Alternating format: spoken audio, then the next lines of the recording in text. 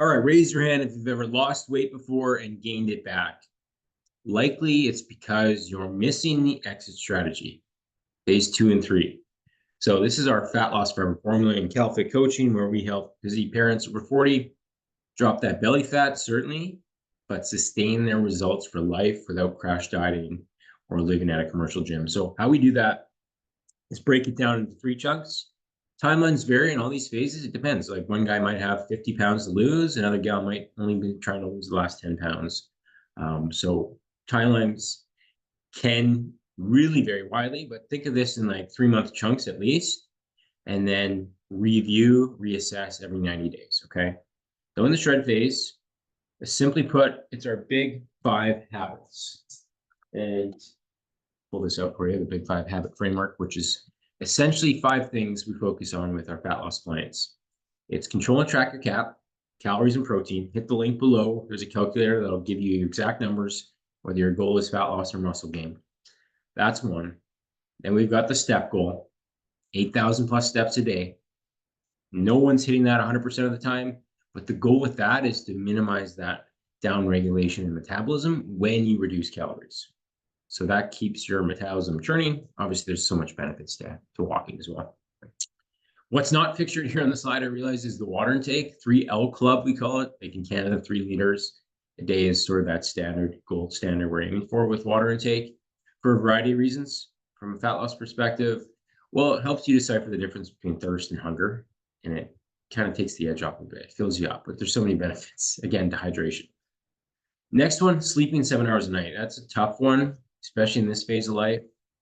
You've got kids, you've got career, you've got lots of competing priorities, but the goal is to get in bed on time. That matches your circadian rhythm. It's a little different for everybody, but generally between 9:30 and 11:30 at night, get those 7 hours plus of sleep. And then lastly, strength workouts. So that can vary depending on how far or how long you've been at it, but generally speaking, for the average client, 3 times a week, 30 minutes. The goal of those is not to burn calories. It's not an effective tool for that.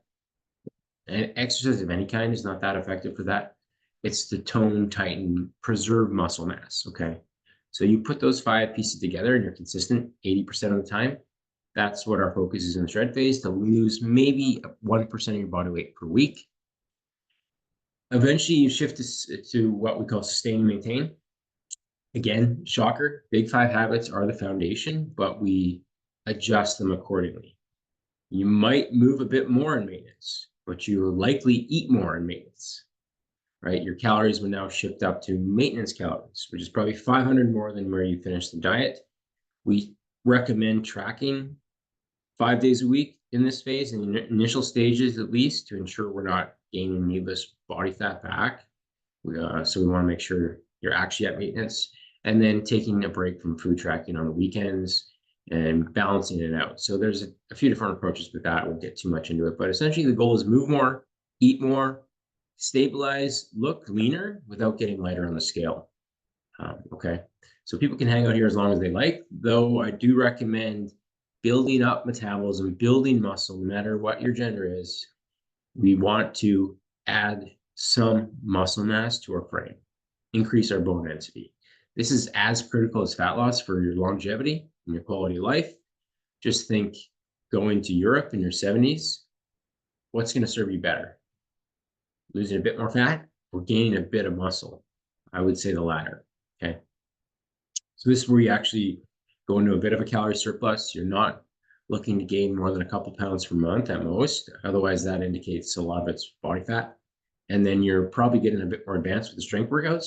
And then you've got in your back pocket mini cuts where you go back in the shred phase for 3 to 6 weeks and trim some of that water excess weight. Okay. So that's it. So when did it transition? So stay in shred as long as possible, especially if your goal is losing more body fat. Say you've lost 10 pounds, but you feel like you want to lose 10 more, and your blood work or your BMI or your body fat percentage is not where you need it to be, then continue on. As long as you have room to reduce some calories at a certain point, hunger is manageable, 6 or 7 out of 10 at most. Energy levels are good. Your training performance as well. Your sleep's in a good spot. Those are all indications you can keep running with it. That said, if you feel like you can't reduce calories any further, you're really plateaued at the number you're at, even though it's fairly low calorie, hunger is 8 or 9 out of 10 all the time, energy levels are starting to get in the dumps, your workouts are suffering, mood, sleep, maybe you're just mentally checked out or you're cold all the time. Like those are all indications that you may need a diet break and to shift to sustain and maintain for however long it takes to kind of reset things. Especially if you don't feel like you want to lose more body fat, then that's the perfect opportunity to shift gears and focus on some other things. All right.